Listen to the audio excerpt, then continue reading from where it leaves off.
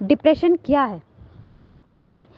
एक डॉक्टर की भाषा में, एक मेडिकल की भाषा में बहुत कुछ अलग डिप्रेशन के मीनिंग हो सकते हैं, लेकिन आज मैं एक पेशेंट होकर आपसे बात कर रही हूँ कि व्हाट इज़ डिप्रेशन, डिप्रेशन क्यों होता है, डिप्रेशन क्या है। डिप्रेशन एक डीप इम्प्रेशन है जो हमारे माइंड में पड़ता है। डिप्रेशन एक ऐसा छाप है, अमिट छाप है, जिसे व्यक्ति भूल कर भी भुला नहीं पाता है और जिसे चाह कर भी वो पा नहीं पाता है। ऐसी कोई वस्तु, ऐसी कोई घटना, ऐसा कोई व्यक्ति जब आपके जीवन में आता है, वो आपको डिप्रेशन देके जाता है।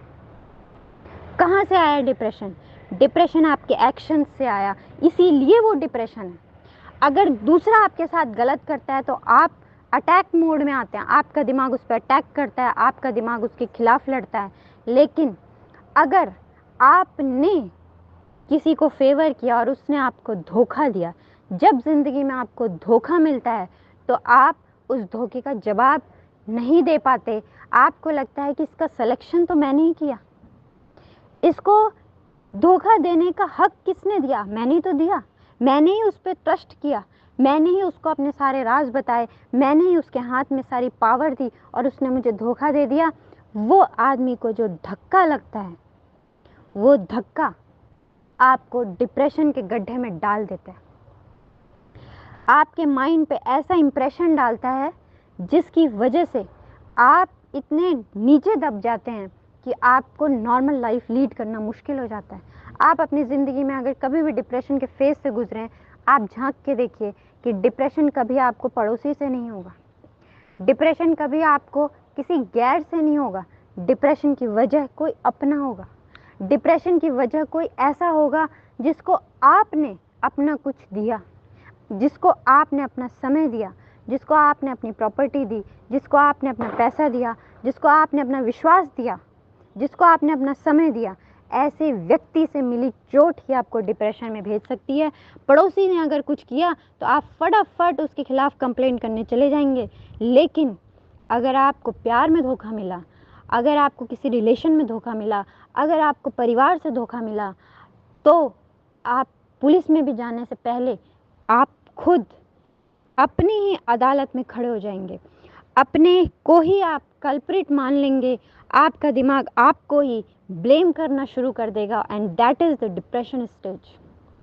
वही डिप्रेशन है जब आपका मन आपको डांटता है, आपका मन आपको दोषी बना देता है, आप खुद की नज़रों में गिर जाते हैं, आप खुद की नज़रों में दोषी हो जाते हैं।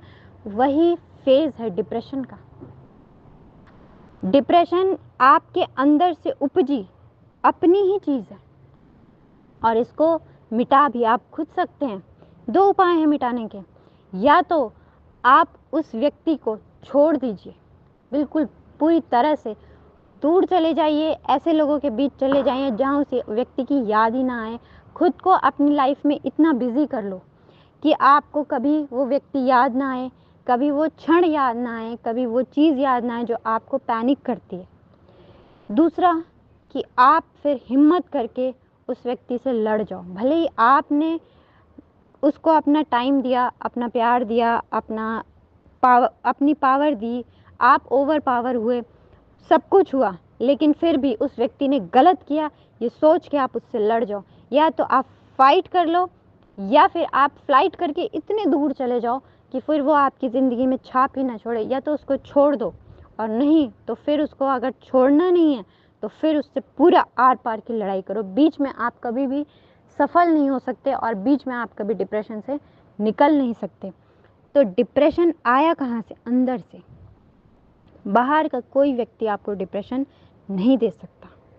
बाहर अगर कोई आपको एक थप्पड़ भी मारता है ना, तो आप उल्टा मुड़ के उसको 2 थप्पड़ मारते हैं, लेकिन एक व्यक्ति ने आपका विश्वास तोड़ा तो आप उसका कुछ नहीं तोड़ पाते। अंदर आप खुद टूट जाते हैं और वही होता है डिप्रेशन, वही होता है पैनिक, वही होती है एंग्जाइटी।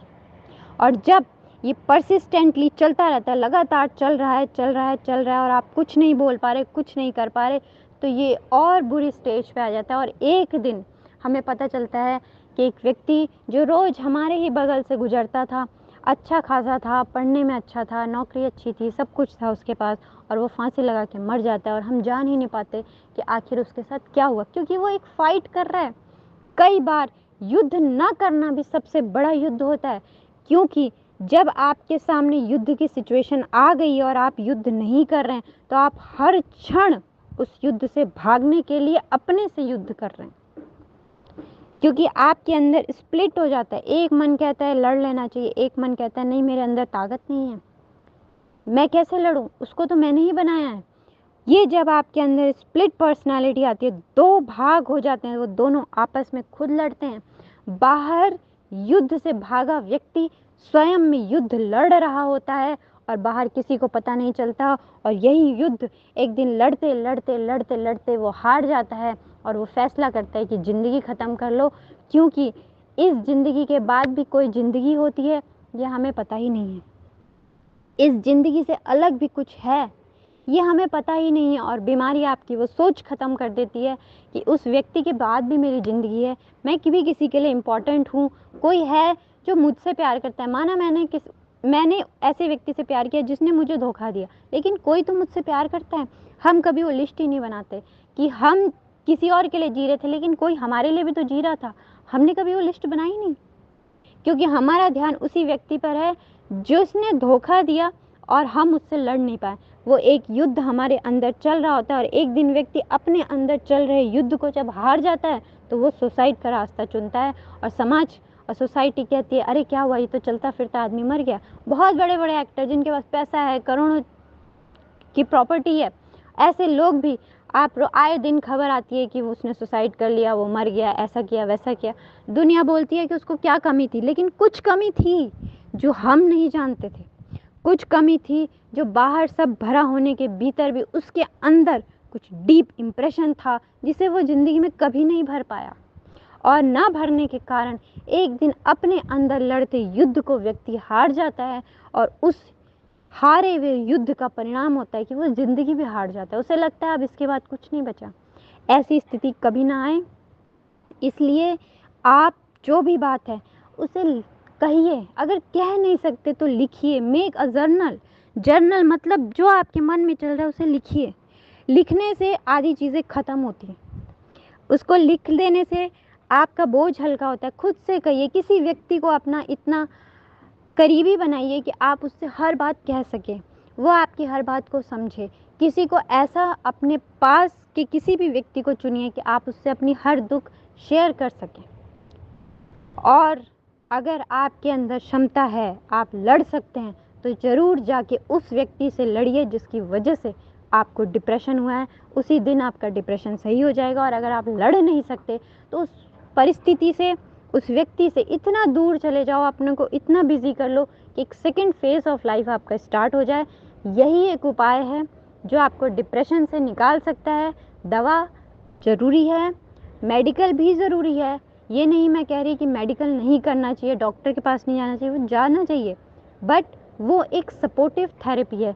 लेकिन उपाय वही है जो आप खुद करेंगे, क्योंकि बीमारी आपके अपने एक्ट से उपजी है, इसलिए उपाय भी आपके एक्ट ही हैं।